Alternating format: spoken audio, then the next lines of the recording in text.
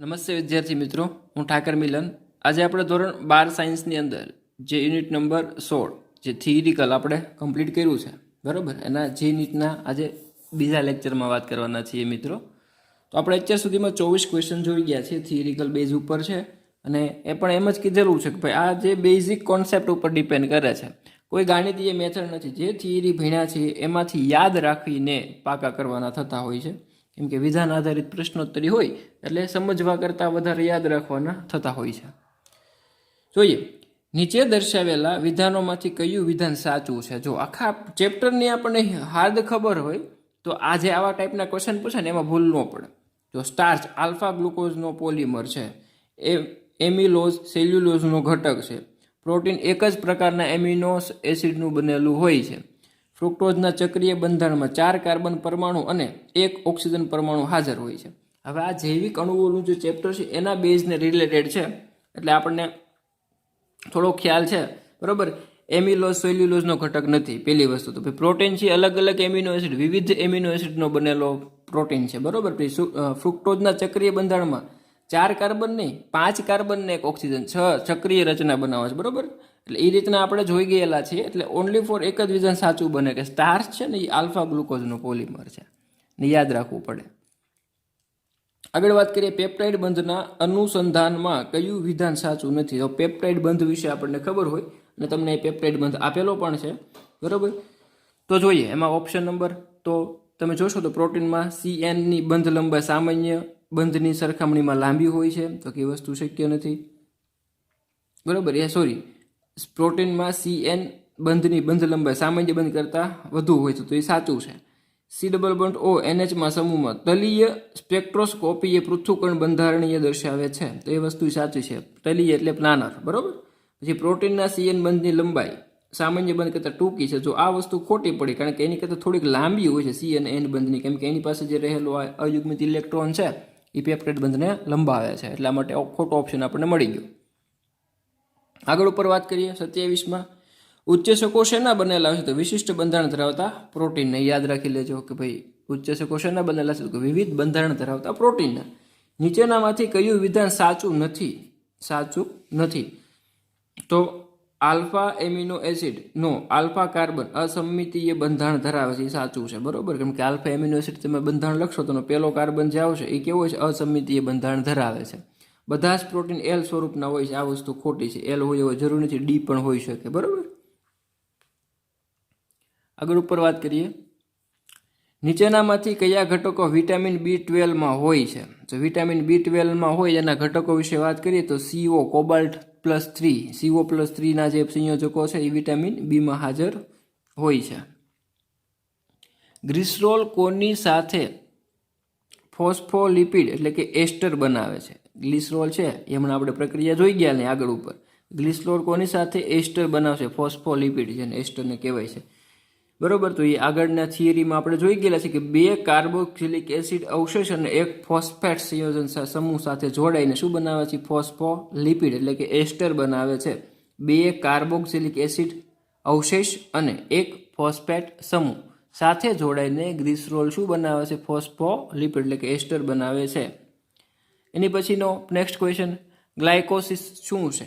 તો ગ્લુકોઝનું પાયરુવેટમાં ઓક્સિડેશન છે. આ પ્રક્રિયા આપણે થિયરીમાં ભણી ગયેલા છે. ગ્લાયકોસિસનું શું કહેવાય, તો ગ્લુકોઝનું પાયરુવેટમાં શું કરવાનું છે, ઓક્સિડેશન, 3C.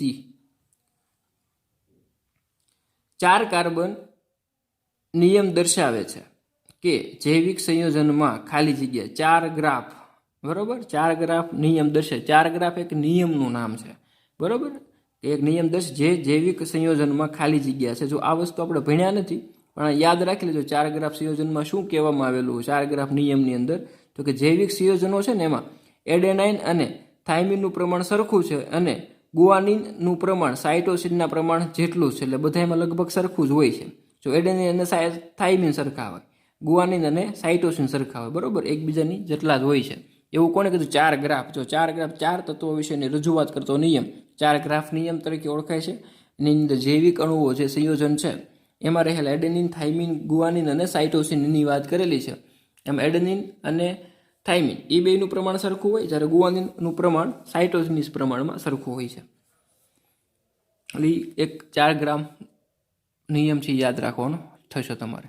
નીચેનામાંથી કયું બંધારણ પેપ્ટાઇડ સાંકળનો નિર્દેશ કરે છે? પેપ્ટાઇડ સાંકળનો નિર્દેશ કરે છે. પેપ્ટાઇડ સાંકળ કોને કહેવાય? એ પોલિમરમાં બહુ સારી રીતે ભણી ગયા છીએ.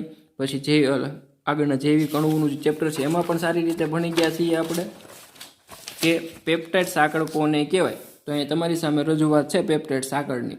તો તમે જોઈ શકો છો આ જે ઓપ્શન નંબર સી છે એને પેપ્ટાઇડ સાંકળ તરીકે ઓળખવામાં આવે છે. કેમ? તો કે એનો પહેલો NH સમૂહ છે, બરાબર, એ ડાયરેક્ટ બંધથી આગળ જોડાતો હોય છે. આ જે છે એ પેપ્ટાઇડ છે, પેપ્ટાઇડ બંધ કન્ટિન્યુ રિપીટ થતો હોય, જોઈ લો.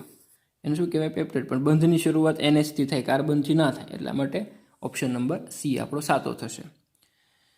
સંદેશાવાહક RNA કેટલી સંખ્યામાં ન્યુક્લિયોટાઇડ એમિનો એસિડ માટે કોડોનનું સર્જન કરે છે? કોડોનનું સર્જન કરે છે. હવે આ વસ્તુ નવી છે આપણી માટે કે સંદેશાવાહક જે RNA છે એ કેટલી સંખ્યામાં ન્યુક્લિયોટાઇડ એમિનો એસિડ માટે, એટલે કે ન્યુક્લિયોટાઇડ જે એમિનો એસિડ છે એની માટે કોડોન એટલે કે એક પ્રકારનું રક્ષણાત્મક, બરાબર, એ કેટલા સર્જન કરતો કે 3 સર્જન કરે છે. એ યાદ રાખી લેજો. એના વિશે ડીપમાં આપણે પછી સમજીશું. હાલ મને થોડો ખ્યાલ એમાં નથી.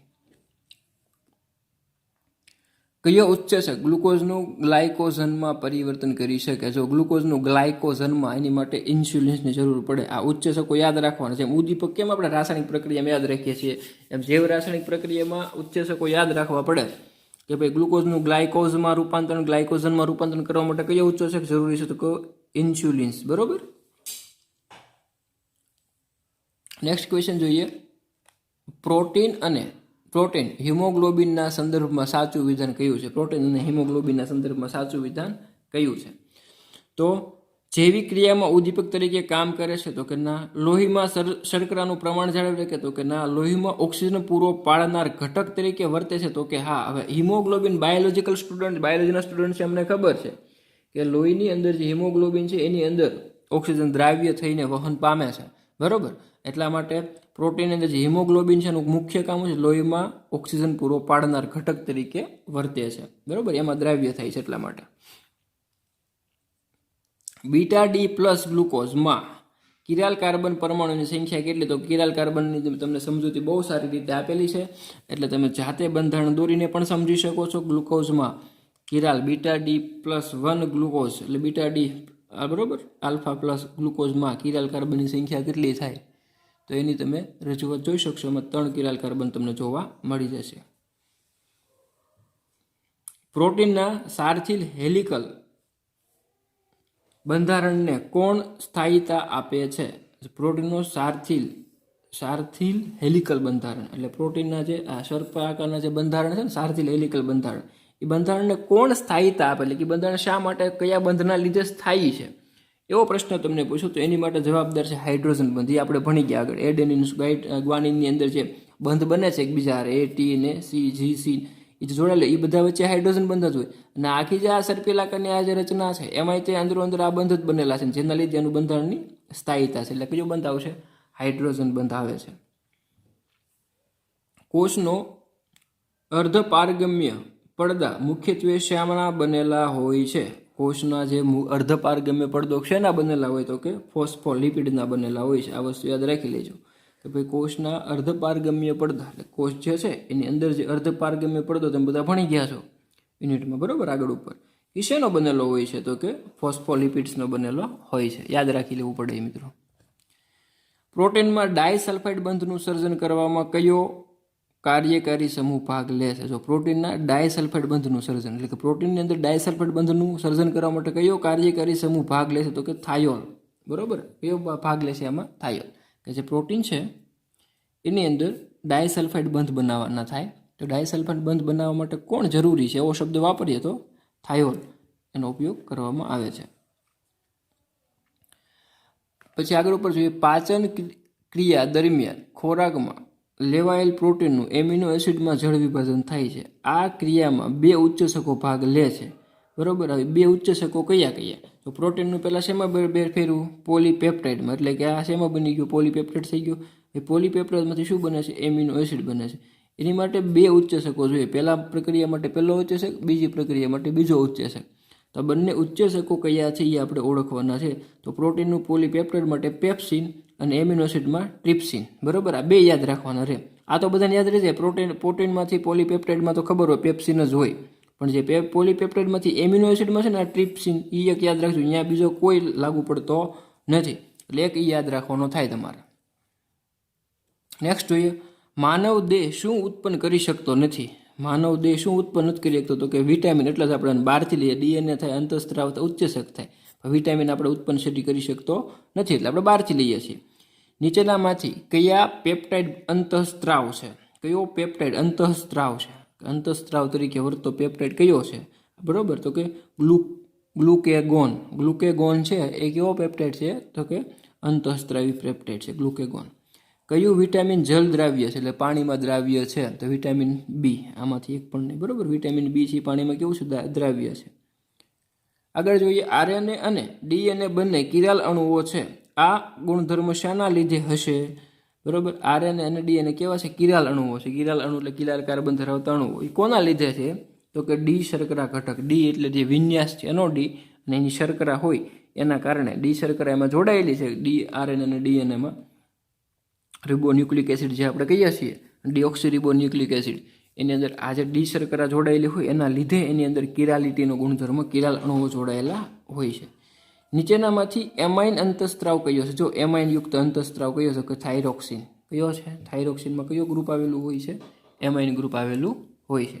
નીચેનામાંથી એમાઇન અંતઃસ્ત્રાવ કયો છે? તો એની માટે યાદ રાખવાનું થાઇરોક્સિન. ઓકે મિત્રો, તો આજે આપણે અહીંયા સુધી રાખીએ ક્વેશ્ચન. નેક્સ્ટ ક્વેશ્ચન આગળના લેક્ચરમાં જોઈશું. ત્યાં સુધી તમે એનું રીડિંગ અને રિવિઝન કરજો. ન સમજાય તો મને પૂછી શકો છો. ઓકે મિત્રો, થેન્ક યુ.